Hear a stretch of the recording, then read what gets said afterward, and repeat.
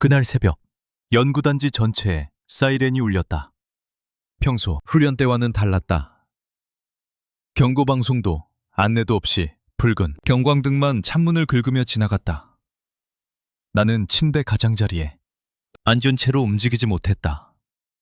이런 호출은 하나의 경우뿐이라는 걸 알고 있었기 때문이다.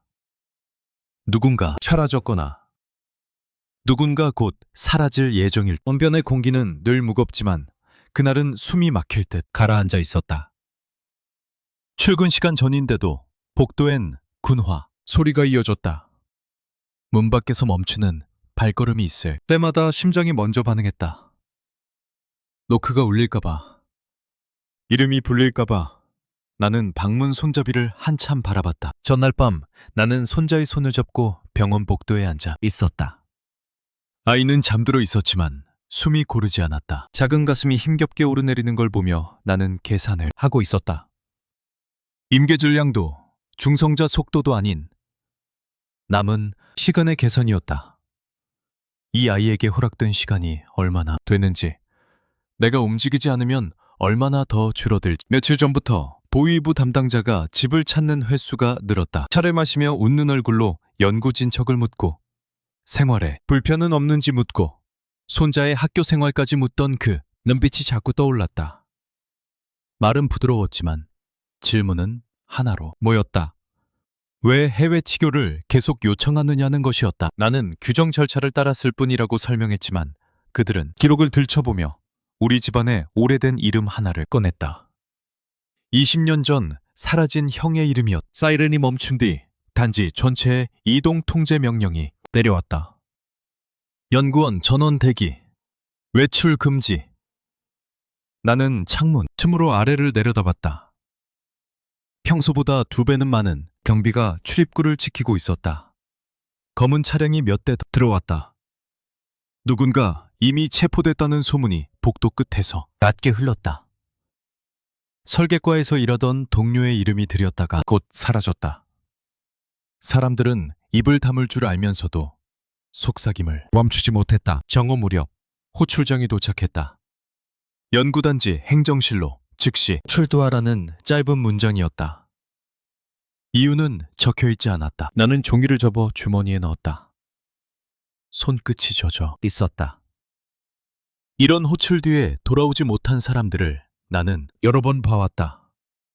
책상 서랍이 그대로 남고 실험, 기록이 봉인되고 이름이 명단에서 지워지는 과정을 행정실로 가는 길에 나는 의도적으로 걸음을 늦췄다. 복도 벽마다 붙은 구호가 눈에 들어왔다.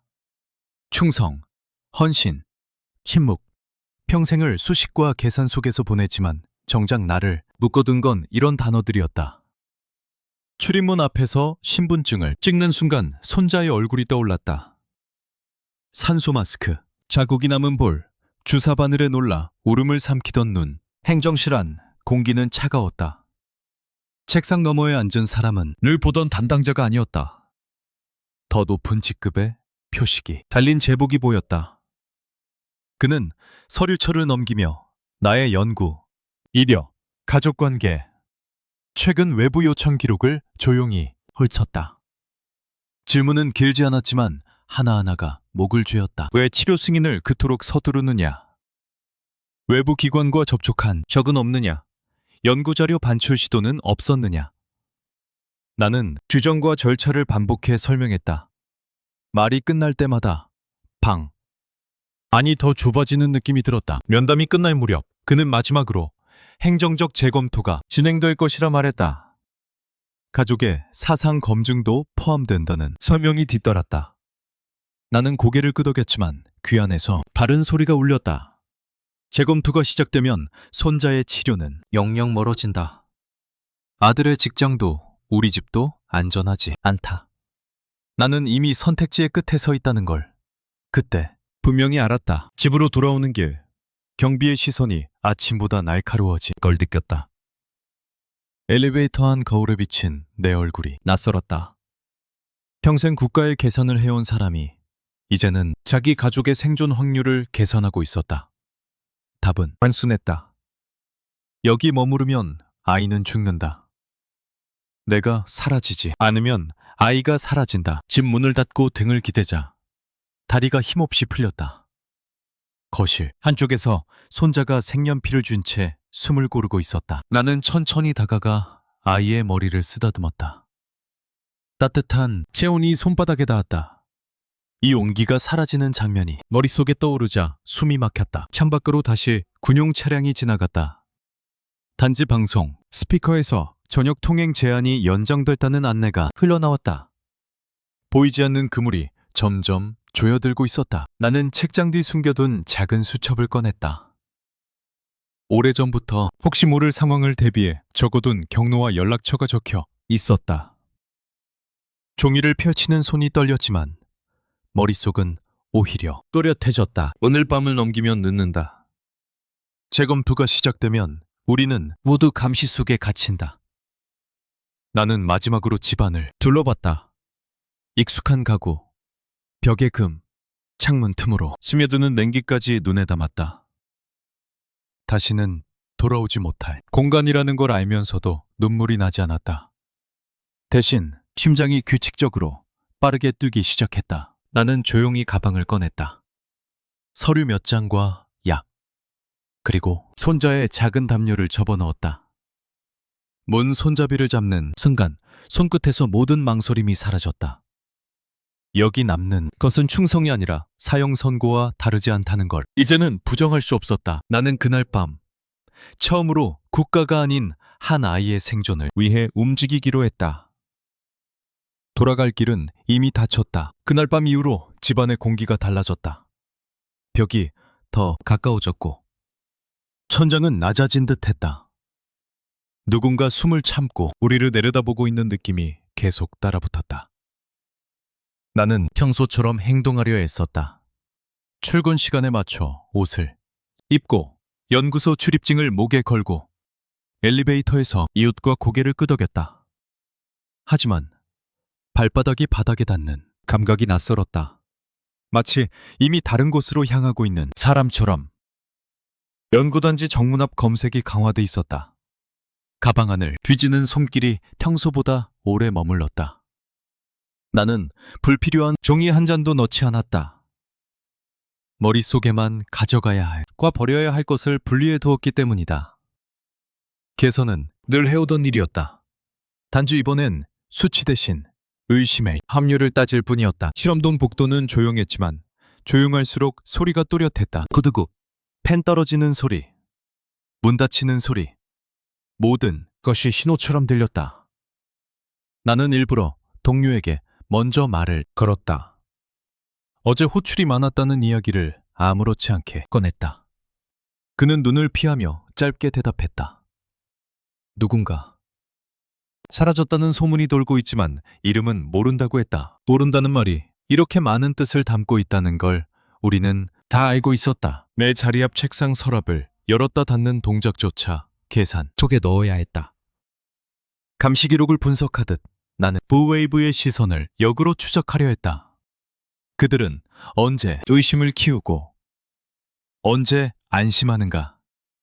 평소보다 더 규칙적으로 움직이고 더 성실하게 기록을 남기고 무해한 표정을 유지해야 했다. 도망칠 사람은 오히려 가장 충실해 보인다는 걸 나는 알고 있었다. 점심시간, 나는 구내식당 줄에 섰다. 늘 같은 메뉴, 같은 자리, 같은 동선. 감시 카메라 각도를 나는 이미 외우고 있었다. 사각지대는 거의 없지만 시선이 겹치는 지점은 있었다. 두 대의 카메라가 서로를 감시한 위치. 그 사이를 지날 때 사람 얼굴은 가장 덜 또렷하게 남는다. 나는 쟁반을 들고 그 구간을 천천히 걸었다. 아무것도 하지 않았지만 나에게는 첫 연습과 같았다. 오후 회의에서 나는 일부러 질문을 많이 했다. 연구, 일정에 대한 우려, 장비 노후 문제, 계산 오류, 가능성, 기록에 남을 말들. 의심받는 사람은 침묵하거나 과하게 예민해진다. 나는 그 반대편에 서 있어야 했다. 성실한 과학자, 체제에 필요한 사람. 그 이미지가 나를 단 하루라도 더 지켜줄 방패였다. 집으로 돌아왔을 때 손자는 바닥에 앉아 그림을 그리고 있었다. 종이 위에는 커다란 태양과 작은 집이 있었다. 집 옆에 세 사람이 서 있었다. 나는 그 그림을 한참 바라봤다. 저 안에 없는 건 시간이었다. 아이는 시간이 우리 편이 아니라는 걸 모른다. 그래서 더 서둘러야 했다. 저녁 식사 후 나는 서재문을 닫았다. 책장을 밀어 벽틈에 숨겨둔 수첩을 다시 꺼냈다. 예전 제자 중 철도 기술자로 일하는 청년의 이름이 적혀 있었다. 평성, 화물역 근무. 몇 년 전 연구장비 운송 문제로 도움을 준 적이 있다. 빚이라고 부르기엔 작지만 위험을 감수하게 만들기엔 충분한 연결이었다. 문제는 접근 방식이었다. 전원은 들리고 편지는 열리고 직접 만남은 기록된다. 나는 연구 관련 출장, 년분을 떠올렸다. 평성공업대학에서 열리는 음용물리 토론회. 실제로 존재하는 행사였다. 나는 참석 명단에 내 이름이 포함되도록 내부 문서를 작성하기 시작했다. 자연스럽게, 의심 없이, 너무 급하지 않게 펜을 움직이며 나는 내 심장 박동을 세고 있었다. 들키지 않는 속도. 조급함이 보이면 끝이다. 그들은 불안을 냄새처럼 맡는다. 나는 문장 하나를 쓰고 멈췄다. 다시 읽고, 고치고, 평범하게 만들었다. 평범함이 지금 나의 유일한 위장이었다. 밤이 깊어갈수록 단지 박순찰 차량 소리가 잦아졌다. 창문 틈으로 스치는 불빛이 천장을 훑고 지나갔다. 나는 불을 끄지 않은 채 책상에 앉아 있었다. 평소와 같은 밤이라는 신호를 남기기 위해서였다. 하지만 머릿속에서는 이미 경로가 그려지고 있었다. 영변에서 평성까지, 평성에서 신의주까지. 지도 위 선이 아니라 생존, 확률의 흐름처럼 나는 스스로에게 계속 물었다. 지금 이 표정이 자연스러운가? 오늘 말한 문장 중 이상한 건 없었나? 누군가 나를 오래 바라본 순간은 없었나? 의심은 그림자처럼 붙어 다녔다. 그러나 그 그림자보다 더 선명한 얼굴이 있었다. 숨이 짧아 잠들지 못하는 아이의 얼굴. 나는 결론을 내렸다. 두려움은 멈추라는 신호가 아니라 더 정교해지라는 경고다. 실수하지 않으면 된다. 감정이 아니라 계산으로 움직이면 된다. 평생 해온 방식대로 단 하나의 변수만 바꿔서 이번 계산의 목표는 실험 성공이 아니라 한 아이의 내일이었다. 기회는 경고 없이 찾아왔다.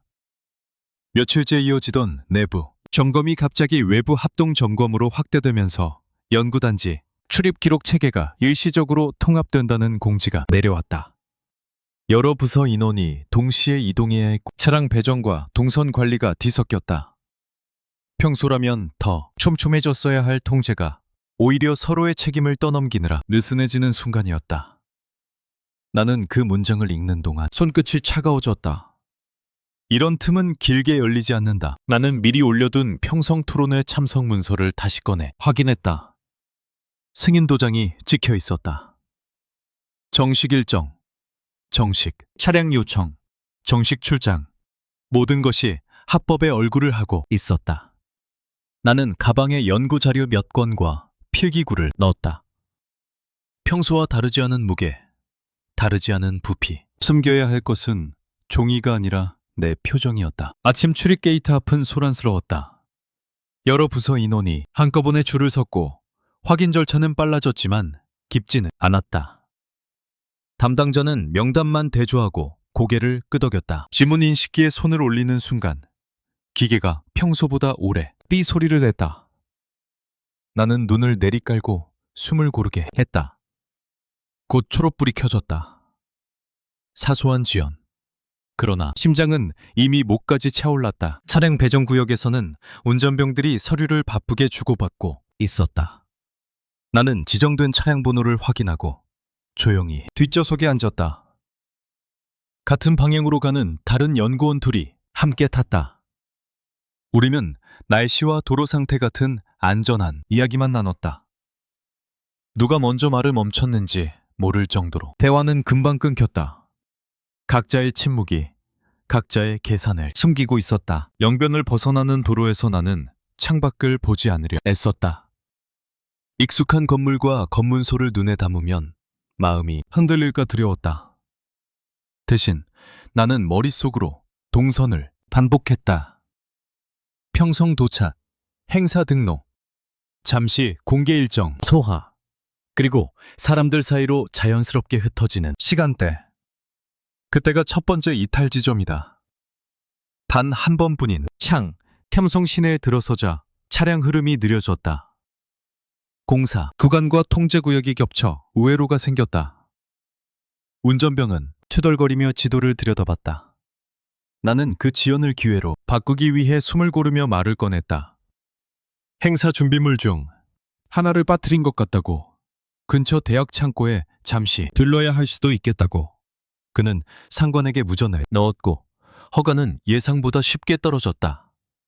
오늘은 모든 것이 분산되어 있었다. 우회로는 평소보다 한산했다. 대학 창고 건물 앞에 잠시 정차했을 때 나는 문을 열고 내렸다. 서류 가방을 어깨에 메고 휴대용 계산기를 들고 바쁜 사람의 걸음으로 건물 안으로 들어갔다. 뒤돌아보지 않았다. 문이 닫히는 소리가 유난히 크게 들렸다. 복도 끝 계단을 내려가면 뒤편 출구가 있다. 나는 예전에 장비 아닌 문제로 이 건물을 여러 번 드나들었다. 구조를 알고 있다는 사실이 오늘은 생명줄이었다. 건물 뒤편은 배달 차량과 자전거가 어지럽게 놓인 공간이었다. 나는 속도를 늦추지 않고 골목으로 접어들었다. 심장은 여전히 빠르게 뛰었지만 걸음은 일정했다. 뛰는 사람은 기억에 남는다. 걷는 사람은 풍경에 섞인다. 모퉁이를 2번 돌자 철도 선로가 보였다.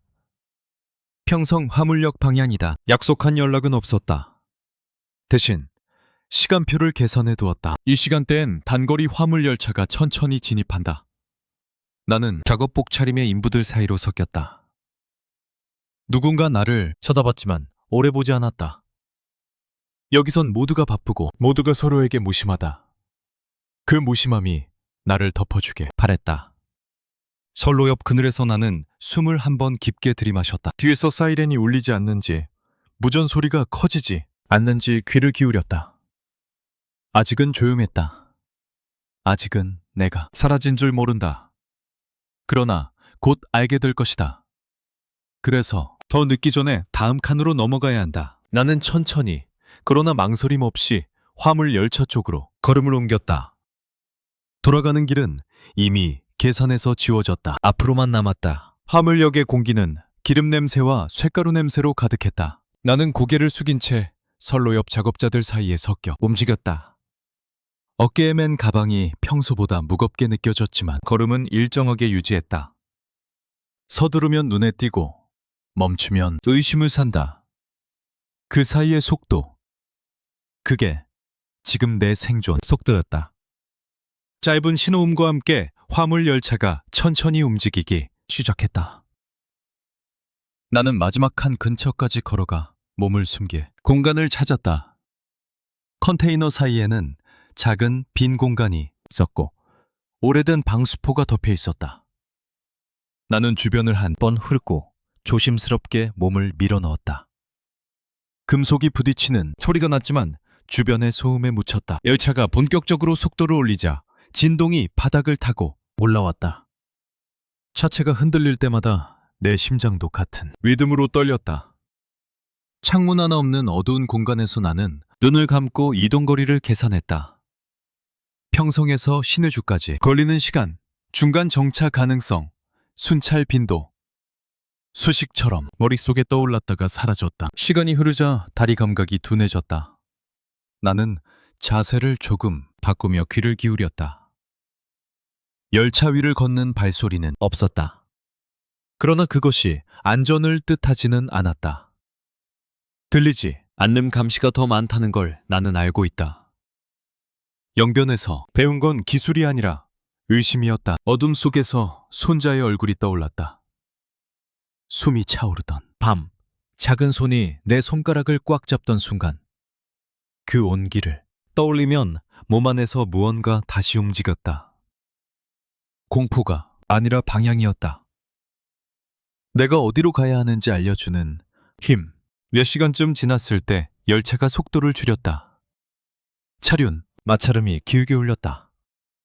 나는 몸을 더 깊이 웅크렸다. 정차 지점이 어디인지, 하역인지, 단순 신호대기인지 알 수 없었다. 바깥에서 낮은 목소리들이 오갔다.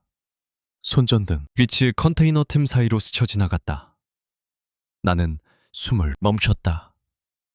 심장 소리가 밖으로 새어나갈까 두려울 만큼 크게 울렸. 빛은 잠시 머물다 사라졌다. 누군가 금속을 두드리는 소리가 멀어졌다. 열차가 다시 움직이기 시작했을 때 나는 그제야 숨을 내쉬었다. 폐 속 공기가 얼음처럼 차가웠다.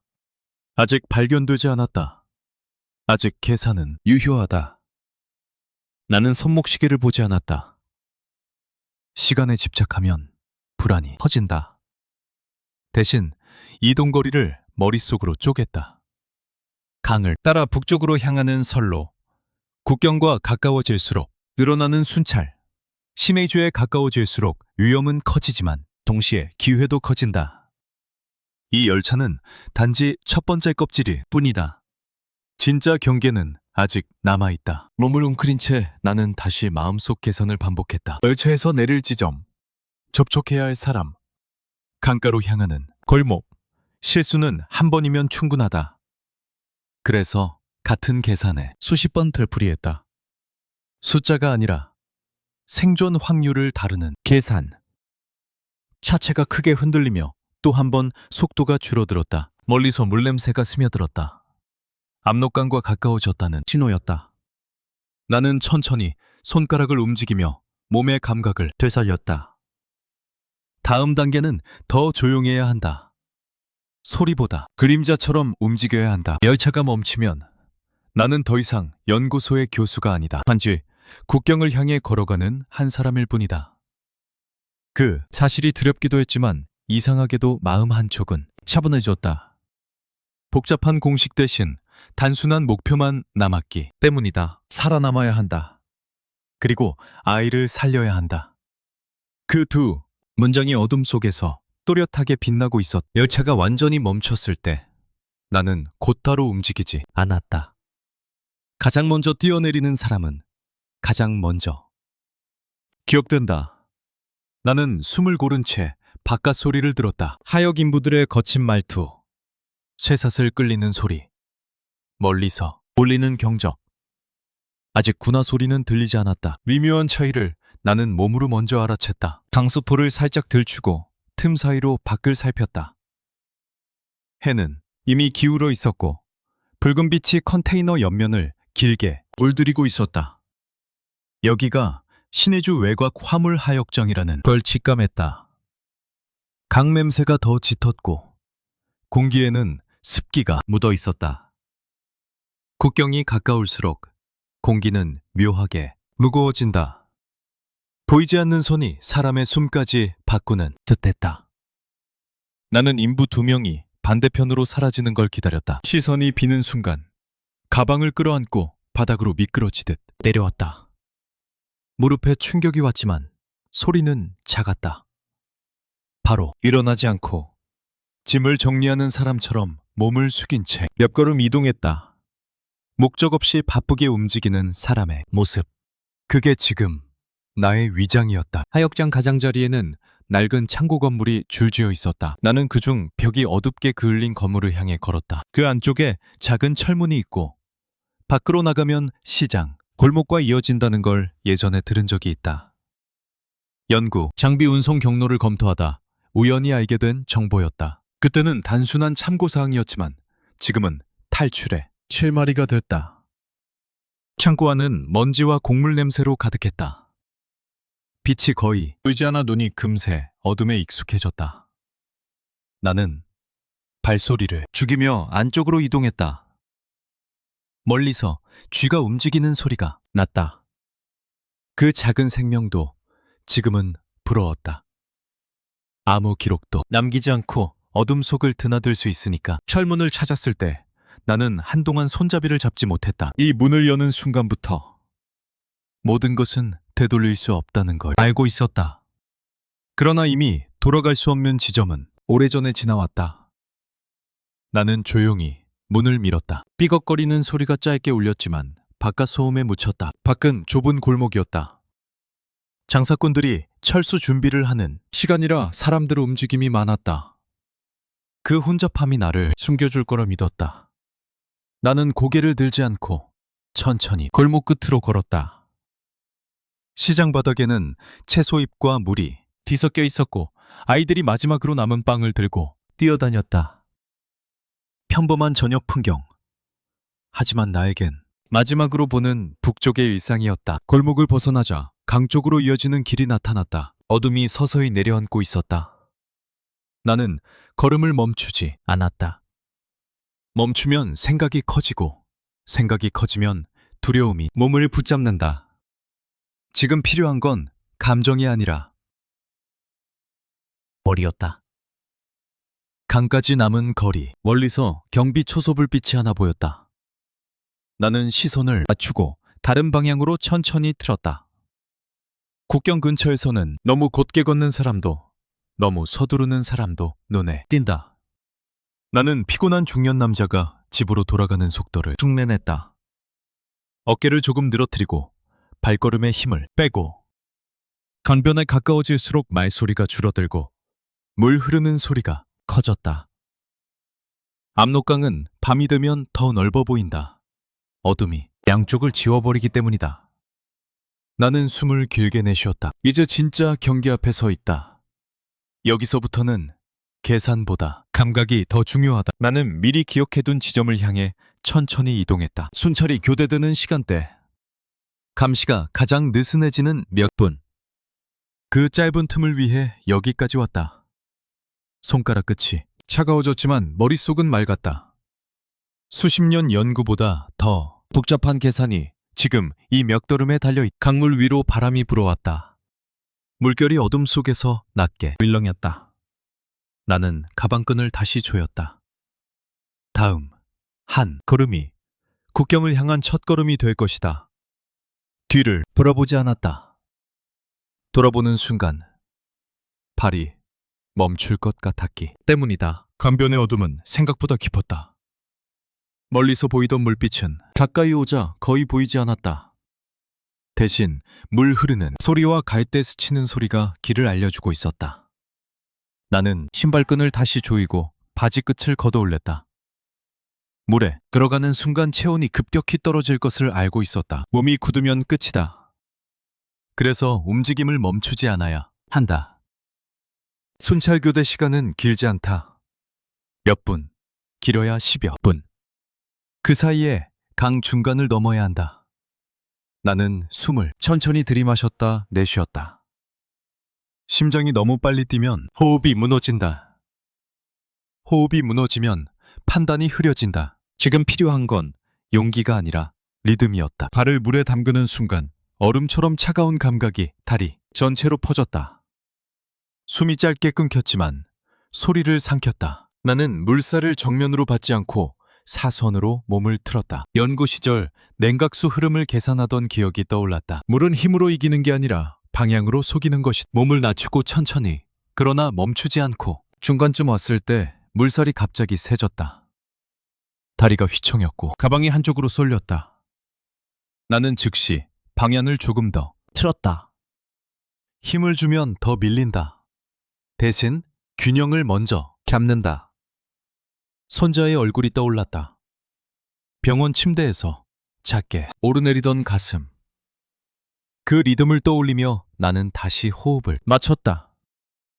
강 한가운데서 나는 잠시 고개를 들었다. 북쪽과 남쪽 불빛이 모두 희미했다. 나는 어느 쪽에도 속하지 않은 공간에 서 있었다. 평생 국가를 위해 계산하던 사람이 이제는 국가와 국가 사이에 어둠 속에 서 있다. 이상하게도 두려움보다 고요함이 먼저 찾아왔다. 돌아갈 곳이 사라지면 오히려 마음은 단순해진다. 물살이 약해지는 구간에 들어섰을 때 나는 속도를 조금 올렸다. 손끝 감각이 둔해지고 있었다. 시간이 길어질수록 몸이 먼저 포기하려 든다. 나는 스스로에게 계속 말했다. 아직 멀지 않았다. 아직 할 수 있다. 이 몇 걸음이 아이의 수술실 불빛으로 이어진다. 발이 돌에 닿는 순간 나는 거의 넘어질 뻔했다. 강 건너편 얕은 구간이었다. 무릎을 짚고 간신히 몸을 세웠다. 숨이 거칠게 올라왔지만 소리를 내지 않으려 이를 악물었다. 뒤를 돌아보지 않았다. 돌아보면 공포가 따라온다. 강가 갈대 숲속으로 몸을 밀어 넣었을 때 나는 한동안 움직이지 못했다. 물이 옷에서 떨어지며 흙을 적셨다. 온몸이 떨렸지만 살아있다는 감각이 더 강했다. 나는 북쪽 땅이 아닌 다른 땅 위에 서 있었다. 아직 안전하지 않다는 걸 알면서도 경계 하나를 넘었다는 사실이 몸 깊숙이 파고들었다. 멀리서 개 짖는 소리가 들렸다. 나는 즉시 몸을 낮췄다. 이제부터는 또 다른 종류의 그림자가 날 쫓는다. 국경을 넘는 순간 자유가 시작되는 게 아니라 새로운 추적이 시작된다는 걸 알고 있다. 하지만 선택을 후회하지 않았다. 나는 젖은 손으로 가방을 다시 조였다. 아직 길은 멀다. 그러나 가장 두꺼운 벽 하나는 넘었다. 숨을 고르며 나는 천천히 숲 안쪽으로 몸을 옮겼다.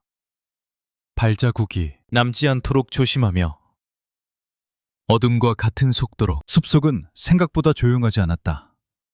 젖은 옷이 몸에 달라붙은 채로 나는 한 걸음씩 안쪽으로 이동했다. 나뭇잎 사이로 바람이 스치고 어딘가에서 물방울이 떨어졌다.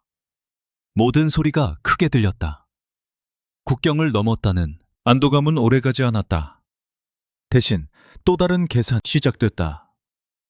여기서는 다른 규칙이 적용된다. 나는 미리 기억해둔 방향을 따라 남쪽으로 내려갔다. 인가를 피하고 불빛을 피하고 길 대신 흙길과 숲, 가장자리를 택했다.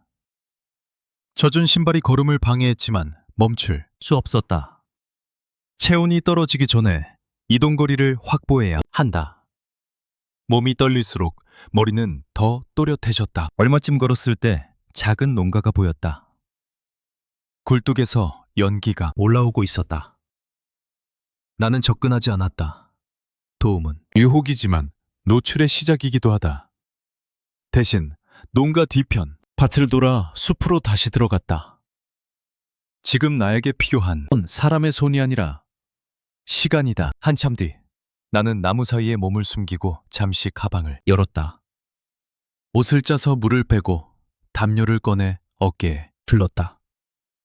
그때였다. 가방 안쪽 주머니에서 종이의 질감이 손끝에 걸렸다. 나는 조심스럽게 꺼냈다. 영변에서 챙겨 나온 설계 자료 일부였다.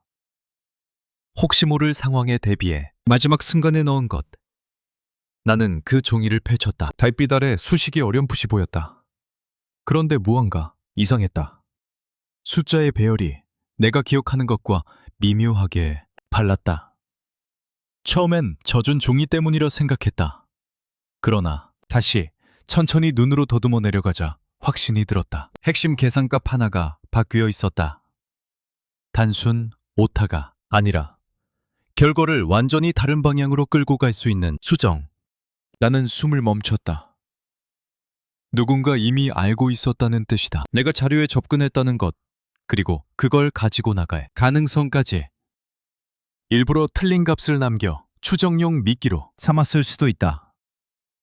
혹은 내가 마지막으로 검토하던 날 이후 누군가 손을 댄 것일 수도 있다.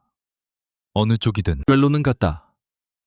이 종이는 증거이자 족쇄. 손이 떨리기 시작했다. 추위 때문만은 아니었다. 나는 평생 숫자를 믿고 살아왔다. 계산은 배신하지 않는다고 믿었다. 그런데 지금 내 손에 들린 이 수식은 나를 함정으로 이끌 수 있다. 남쪽에 도착해도 이 자료가 틀렸다면 나는 쓸모없는 도망자가 된다. 더 나쁜 경우 이 자료를 따라온 흔적이 나를 추적하는 길잡이가 될 수도 있다. 나는 눈을 감고 기억을 더듬었다. 실험실 칠판, 밤새 수정하던 공식, 동료와 나눴던 토론, 머릿속에 남아 있는 진짜 값들을 하나씩 떠올렸다. 종이에 적힌 숫자와 비교했다. 다르다. 분명히 다르다. 누군가 고의로 바꿔 놓았다. 그 순간 나는 선택해야 했다. 이 종이를 계속 들고 갈 것인가? 아니면 여기서 없앨 것인가? 증거를 잃으면 설명하기 어려워진다. 그러나 남기면 추적의 실마리가 된다. 그리고 무엇보다 잘못된 설계는 또 다른 재앙을 낳을 수 있다. 나는 더 이상 그 체계의 일부가 되고 싶지 않았다. 나는 종이를 접었다. 주머니에서 작은 라이터를 꺼냈다. 연구실에서 장비 점검용으로 쓰던 것이다. 불꽃을 작게 흔들렸다. 종이 가장자리에 불을 붙이자 불길이 빠르게 번졌다. 수식이 검게 타들어갔다. 평생을 바쳐 쌓은 개선이 재가 되어 떨어졌다. 불씨를 건 종이가 아니라 기억이다. 그들은 내 가방을 찾을 수 있지만 내 머릿속까지 봉인할 수는 없다. 그러나 동시에 깨달았다. 이제 나는 단순한 탈북자가 아니다. 내가 알고 있는 것 자체가 표적이 된다. 어둠 속에서 나는 다시 가방을 메었다. 손자의 얼굴이 떠올랐다. 이 길이 더 험해졌다는 걸 알면서도 돌아갈 생각은 들지 않았다. 대신 마음 한쪽이 더 단단해졌다. 이제부터는 도망이 아니라 끝까지 살아남는 싸움이다. 밤은 길었고 숲은 끝이 없었다. 나는 불에 그을린 종이 냄새가 아직 손끝에 남아있는 듯한 착각을 떨치지 못한 채 계속 걸었다. 이제 가방 안에는 아무 증거도 없었지만 대신 내 머릿속에 더 무거운 짐이 들어앉았다. 기억은 빼앗을 수 없다는 사실이 위로가 되면서도 동시에 공포가 됐다. 나를 쫓는 이유가 더 분명해졌기 때문이. 동쪽 하늘이 아주 옅게 밝아오기 시작했다. 새벽이 오면 움직이기 더 어려워진다. 나는 낮 동안 몸을 숨길 장소를 찾아야 했다. 길을 벗어나 숲 안쪽으로 더 깊이 들어갔다. 낙엽이 두껍게 쌓인 곳을 골라 발자국이 드러나지 않도록 조심했다. 몸은 피곤했지만 정신은 오히려 날카로워졌다. 졸음이 오는 순간이 가장 위험하다. 작은 언덕 아래 움푹 파인 지형을 발견했다. 위에서 보면 잘 보이지 않는 자리였다. 나는 그곳에 몸을 웅크리고 앉았다. 젖은 옷이 서서히 체온을 빼앗고 있었지만 불을 피울 수는 없었다. 연기는 구조 신호이기도 하지만 동시에 위치 신호이기도 하다. 나는 압류를 몸에 감고 무릎을 끌어안았다. 이를 악물어 떨림을 참았다. 눈을 감으면 연구실 형광등 불빛이 떠올랐다. 밤새 계산하던 책상, 커피잔, 칠판에 남아있던 분필 자국. 그곳에서 나는 안전하다고 믿었다. 국가가 나를 필요로 한다는 사실이 나를 보호한다고 생각했다. 하지만 지금 깨닫는다. 필요는 보호가 아니라 족쇄였다. 쓸모가 사라지는 순간 사람은 기록에서 지워진다. 아침 햇살이 나뭇잎 사이로 스며들 무렵 멀리서 사람 목소리가 들렸다. 중국어 억양이 섞인 소리였다. 나는 숨을 죽였다. 밀수꾼인지 농부인지 아니면 순찰대인지 알 수 없었다. 여기서는 누구도 완전히 안전한 얼굴을 하고 있지 않다. 나는 움직이지 않았다. 나무 그림자와 하나가 된 채 시간이 지나가기를 기다렸다. 목소리는 점점 멀어졌다. 그제야 나는 천천히 숨을 내쉬었다. 긴장으로 굳어있던 어깨가 욱신거렸다. 낮. 동안 이동할 수는 없다. 해가 높이 뜨면 드론이나 순찰이 더 잦아질 가능성이 크다. 나는 오늘 하루를 움푹한 땅 속에서 버텨야 한다. 시간이 흐르면서 배고픔이 서서히 올라왔다. 가방 안에는 작은 건빵 몇 조각뿐이었다. 나는 그걸 천천히 씹었다. 입안에서 부서지는 소리가 유난히 크게 느껴졌다. 연구소 식당에서 남기던 음식이 떠올랐다. 그때는 배부름이 일상이었고 지금은 한 조각이 생존 시간으로 바뀌었다. 나는 다시 머릿속으로 길을 그렸다. 다음 목표는 남쪽으로 더 내려가 연락 지점을 찾는 것. 오래전 동료가 남긴 비공식 연결선이 있었다. 그 사람이 아직 이 일을 계속하고 있을지는 모른다. 그러나 다른 선택지는 없다. 혼자서 이 거리를 끝까지 버티는 건 불가능하다. 해가 기울기 시작했을 때 나는 몸을 천천히 일으켰다. 근육이 굳어 움직임이 둔했지만 멈추면 더 굳는다.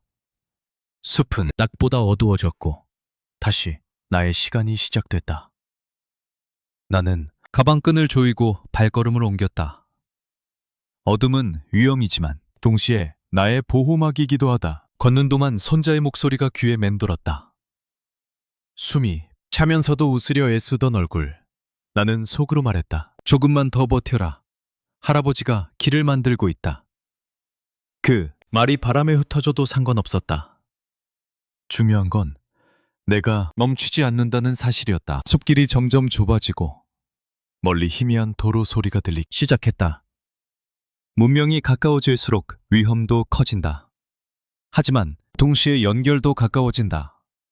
나는 속도를 늦추지 않았다. 두려움과 희망이 같은 방향을 가리키고 있었다. 도로 소리가 점점 또렷해질수록 나는 걸음을 더 조심스럽게 옮겼다. 숲 가장자리에서 한참을 엎드린 채 상황을 살폈다. 어둠 속에서 트럭 헤드라이트가 길게 지나갔다. 이 길은 국경 인근 물류 차량이 자주 다니는 노선일 가능성이 컸다. 사람의 눈은 위험이지만 바퀴는 기회다. 나는 숨을 고르며 타이밍을 재기 시작했다. 차량 간격이 일정하지 않았다. 군용 차량은 아니었지만 그렇다고 안심할 수도 없었다. 나는 가장 속도가 느린 낡은 화물차를 기다렸다. 적재함 위에 천막이 느슨하게 덮여 있었다. 트럭이 커브에서 속도를 줄이는 순간 나는 숲에서 튀어나와 도로 가장자리를 따라 몇 걸음 달렸다. 몸을 낮추고 소리를 죽인 채 뒷바퀴 쪽 발판을 붙잡았다. 손바닥이 미끄러졌지만 이를 악물고 버텼다. 다리를 끌어올려 적재함 틈으로 몸을 밀어 넣었다. 안에는 포대, 자루와 채소 상자가 섞여 있었다. 흙냄새와 휘발유, 냄새가 뒤엉켰다. 나는 자루 뒤에 몸을 숨기고 천막을 조금 더 끌어내렸다.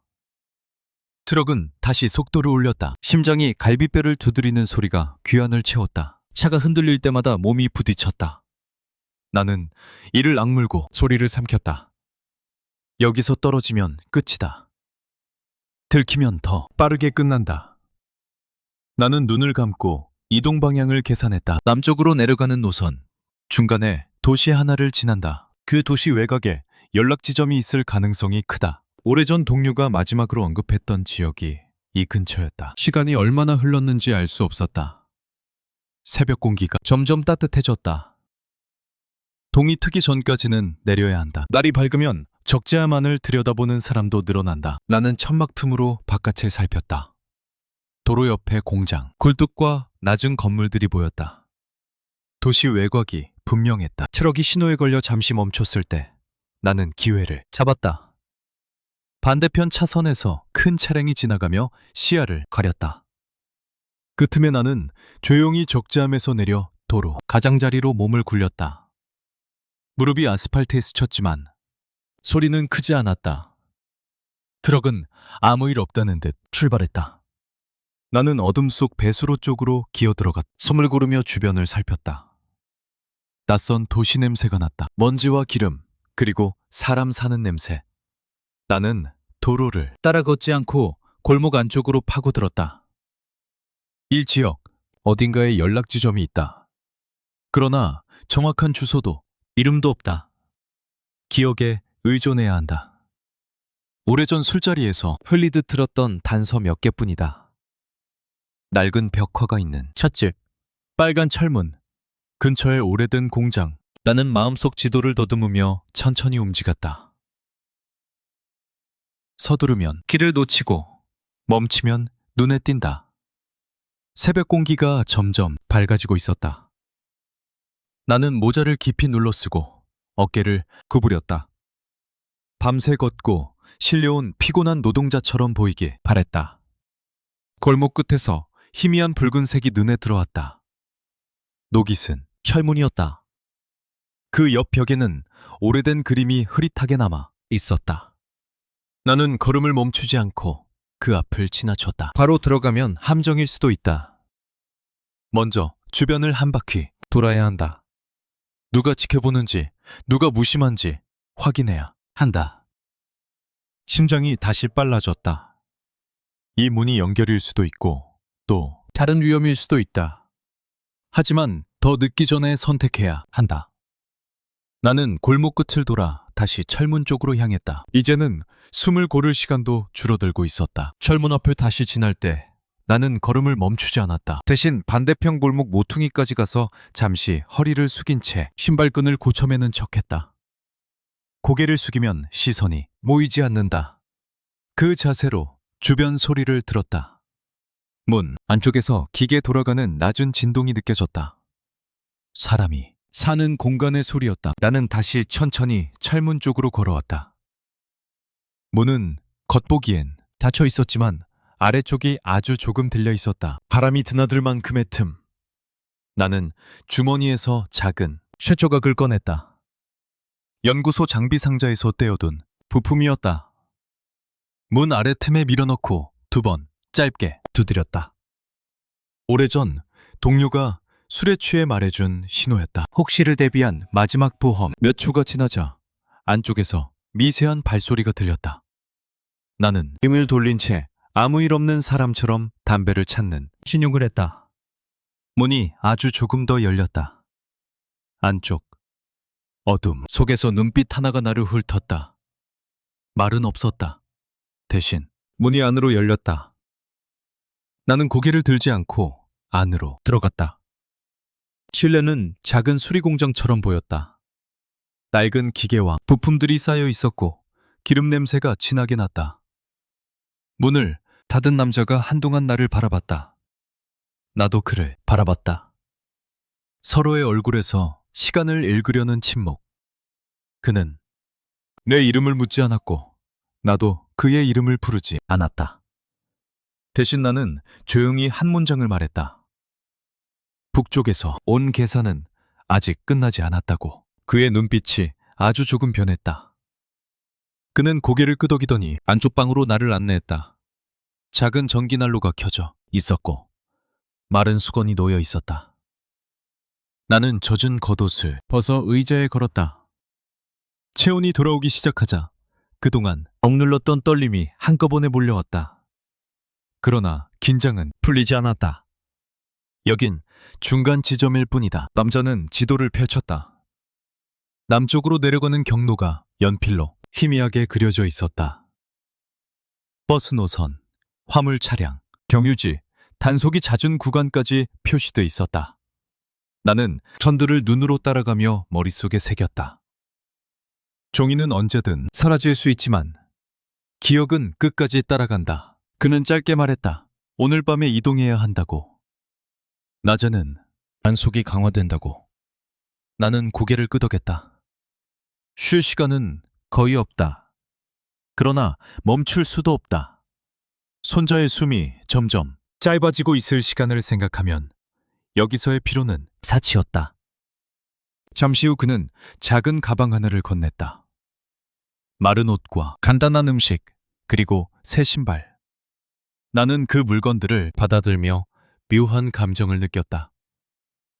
낯선 땅에서 낯선 사람이 건네는 생존의 도구. 국경은 넘었지만 사람의 손길은 여전히 나를 살리고 있었다. 나는 다시 겉옷을 입고 가방을 맸다. 몸은 조금 가벼워졌지만 마음은 더 무거워졌다. 이제부터는 추격이 더 멀리, 더 집요하게 이어질 것이다. 그러나 동시에 목적지도 가까워지고 있다. 문을 나서기 전 나는 잠시 눈을 감았다. 연구소, 복도, 강물의 차가움, 타오르던 종이, 손자의 따뜻한 손. 모든 장면이 한 줄로 이어졌다. 나는 다시 눈을 떴다. 아직 끝이 아니다. 하지만 끝을 향해 가고 있다. 나는 어둠이 내려앉은 골목으로 다시 걸어나갔다. 이제 남은 건 마지막 경계 하나뿐이라는 걸 몸 전체가 알고 있었다. 남쪽으로 향하는 긴 이동 끝에 우리는 마지막 강 앞에 섰다. 이 강을 건너면 더 이상 숨어 다니는 신분이 아니라 보호를 요청할 수 있는 사람이 된다. 그러나 물은 여전히 차갑고 어둠은 여전히 깊었다. 국경은 지도 위의 선이 아니라 목숨이 걸린 물결이었다. 강변은 조용했지만 고요하지 않았다. 풀벌레 소리와 먼 곳에서 울리는 개 짖는 소리가 어둠을 얇게 흔들고 있었다. 안내를 맡은 사람은 멀찍이 떨어져 있었고 나는 혼자 물가에 섰다. 여기까지 오는 동안 수없이 많은 선택을 했지만 이 마지막 한 걸음만큼은 오롯이 나 혼자 감당해야 했다. 나는 신발을 벗어 가방에 묶었다. 발바닥에 닿는 흙에 감촉이 선명했다. 물살을 눈으로 가늠했다. 빠르지 않지만 방심할 수 없는 흐름. 머릿속으로 각도를 계산했다. 직선으로 건너면 떠내려간다. 약간 상류 쪽을 향해 들어가야 한다. 연구실에서 유체 흐름을 계산하던 기억이 또다시 떠올랐다. 평생 배운 것이 이런 순간에 쓰일 줄은 몰랐다. 첫 발을 들여놓자 물이 발목을 감쌌다. 차가움이 순식간에 다리 위로 기어올랐다. 나는 이를 악물고 한 걸음 더 내디뎠다. 숨이 거칠어지지 않도록 천천히 들이마시고 길게 내쉬었다. 물소리가 커질수록 내 존재는 작아져야 한다. 튀는 물방울 하나도 소리가 될 수 있다. 허리까지 물이 차오르자 몸이 둔해졌다. 가방이 젖지 않도록 높이 들었다. 팔이 떨렸지만 내리지 않았다. 저 안에는 종이는 없지만 내가 살아남아야 할 이유가 들어 있다. 손자의 얼굴이 물결 사이로 떠올랐다. 산소, 마스크를 쓴 채 나를 바라보던 눈. 그 눈빛이 나를 앞으로 밀었다. 강 한가운데쯤 왔을 때 갑자기 빛이 스쳤다. 멀리서 손전등 불빛이 물 위를 훑고 지나갔다. 나는 즉시 몸을 낮췄다. 물이 턱 밑까지 차올랐다. 숨을 멈췄다. 심장이 너무 크게 뛰어 물결이 흔들릴 것 같았다. 빛은 몇 번 더 강을 훑다가 반대편으로 이동했다. 순찰이었다. 몇 걸음만 늦었어도 빛 한가운데 서 있었을 것이다. 나는 다시 천천히 몸을 일으켰다. 근육이 경직돼 움직임이 둔했다. 그러나 멈출 수 없다. 이 지점에서 돌아가는 사람은 없다. 앞으로 가거나 물속에 남거나 둘 중 하나다. 나는 이를 악물고 발을 옮겼다. 발끝이 진흙을 밟았다.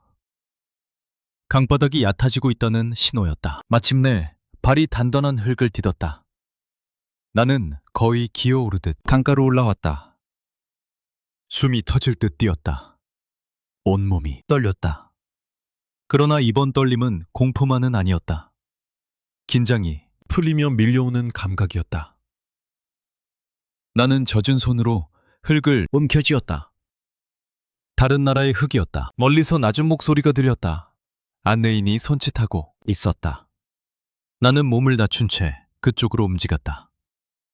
아직 완전히 안전하지 않다. 그러나 더 이상 쫓기는 그림자만은 아니다. 보호를 요청할 수 있는 선 안으로 들어왔다. 나는 마지막으로 강을 돌아봤다.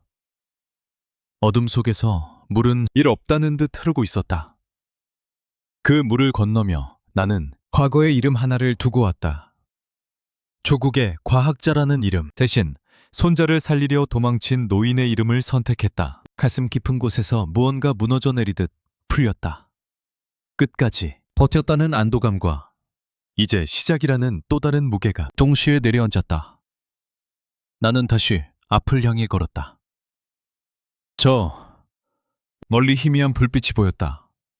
그 빛은 신문도 감시도 아닌 보호의 빛이기를 나는 조용히 바라고 있었다. 맑은 형광등 아래에서 나는 한동안 말을 잇지 못했다. 따뜻한 공기, 마른 옷, 컵 안에서 피어오르는 모든 것이 낯설 만큼 평온했다. 몸은 안전한 공간 안에 있었지만 마음은 아직 강물 한가운데에 서 있었다. 물살에 흔들리던 다리 감각이 쉽게 사라지지 않았다. 사람들은 조용한 목소리로 질문을 했다. 이름, 출신, 연구 분야, 이동 경로. 나는 천천히 대답했다. 급하게 말하지 않았다. 이제는 쫓기지 않는다는 사실이 문장 사이의 속도를 바꿨다. 그러나 한 질문 앞에서는 목이 잠겼다. 왜 여기까지 왔느냐는 물음이었다. 나는 손자의 이야기를 꺼냈다. 숨이 짧아 밤마다 깨어나던 아이. 수술이 아니면 방법이 없다는 진단. 그러나 허락되지 않는 치료. 말을 하며 나는 처음으로 눈을 감았다. 강을 건널 때도 울지 않았는데 이름을 말하는 순간 가슴 안쪽이 무너져 내렸다. 나는 조국을 버린 것이 아니라 아이를 살리기 위해 선택했을 뿐이라고 그 말을 조용히 남겼다. 며칠 뒤 병원 복도에 서 있었다. 유리창 너머로 작은 몸이 침대에 누워 있었다. 여러 장비가 연결돼 있었지만 숨은 이전보다 안정돼 보였다. 의사는 수술 준비를 설명했고 나는 고개를 끄덕였다. 수식과 계산 대신 동의서에 서명하는 손이 떨렸다. 평생 수많은 계산을 해왔지만 이렇게 무거운 서명은 처음이었다. 수술실 문이 닫히고 나는 의자에 앉았다. 긴 시간이 흘렀다. 복도 바닥에 무늬를 몇 번이나 세웠는지 모른다. 그동안 머릿속에는 영변의 연구실도 강물도 떠오르지 않았다. 오직 작은 가슴이 규칙적으로 오르내리는 장면 하나만 남아있었다. 그 리듬이 멈추지 않기를 바라며 나는 두 손을 맞잡았다. 문이 다시 열렸을 때 의사는 미소를 지었다. 수술은 잘 끝났다고 말했다. 그 한 문장이 내 평생 들은 어떤 구호보다 크게 울렸다. 나는 벽에 손을 짚고 한동안 서 있었다. 다리에 힘이 풀렸지만 마음 한가운데에는 처음으로 단단한 것이 자리 잡았다. 살아있다. 아이가 살아있다. 며칠 뒤 병실 창가에 앉은 손자가 나를 올려다보며 웃었다. 가슴에 붙어있던 기계가 줄어들었고 얼굴빛도 달라져 있었다. 나는 아이의 손을 잡았다. 따뜻했다. 강물의 차가움과 완전히 다른 온기였다. 그 손을 잡은 최나는 오래도록 아무 말도 하지 않았다. 말보다 숨소리가 더 중요했다. 밤이 되면 나는 여전히 가끔 눈을 뜬다. 복도 불빛이 비치는 천장을 보며 강을 건넜던 순간을 떠올린다. 그러나 그 기억 끝에는 이제 물소리 대신 아이의 고른 숨이 이어진다. 나는 더 이상 계산으로 세상을 버티지 않는다. 대신 이 숨 하나로 하루를 견딘다. 사람들은 나를 여러 이름으로 부를 것이다. 배신자, 망명자, 증언자. 어떤 이름이 붙든 상관없다. 내가 선택한 이름은 하나뿐이다. 할아버지. 그 이름을 지키기 위해 나는 모든 것을 건넜다. 창밖으로 아침 햇살이 들어온다. 새로운 나라의 아침이다. 나는 천천히 일어나 창문을 연다. 차가운 공기가 들어오지만 두렵지 않다. 이제 이 공기는 추적의 냄새가 아니라 살아갈 수 있다는 냄새. 나는 아이가 잠든 모습을 다시 한번 바라본다. 그리고 조용히 숨을 내쉰다. 끝났기 때문이 아니라 우리가 계속 살아갈 수 있기 때문에.